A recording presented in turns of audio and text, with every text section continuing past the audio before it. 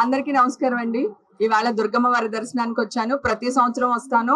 ఈ సంవత్సరం కూడా వచ్చాను. ఈ సంవత్సరంలో ఒక ప్రత్యేకత ఉంది.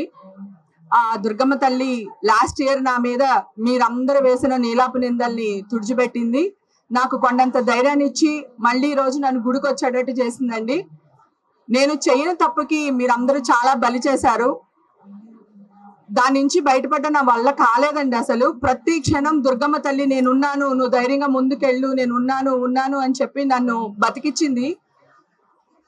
ఎన్ని జన్మలు ఎత్తినా ఈ కనకదుర్గమ్మ వారి ఆశీస్సుల్ని కానీ ఆవిడిచ్చిన అండదండలు కానీ మర్చిపోలేనండి. చాలా థ్యాంక్స్. మీ అందరినీ మళ్ళీ ఇలా కలుసుకుని మాట్లాడుతున్నందుకు ఆనందంగా ఉంది.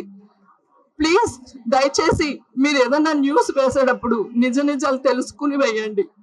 మీరందరూ చాలా పెద్దవాళ్ళు, గొప్పవాళ్ళు, చదువుకున్న వాళ్ళు, సంస్కారవంతులు. ప్లీజ్ ఈరోజు గుడిలో ఉండి చెప్తున్నాను, నేను ఏ తప్పు చేయలేదండి. ఓకేనా? Thank you sir, thank you. అమ్మవారిన శత్రు బాధ నశించాలని కోరుకున్నానండి. శత్రువుల నుంచి నన్ను కాపాడమని కోరుకున్నాను.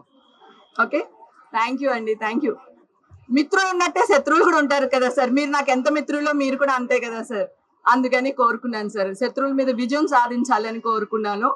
So thank you so much అండి. ప్లీజ్ దయచేసి అందరూ నన్ను అర్థం చేసుకోవాలని కోరుకుంటున్నాను. Thank you.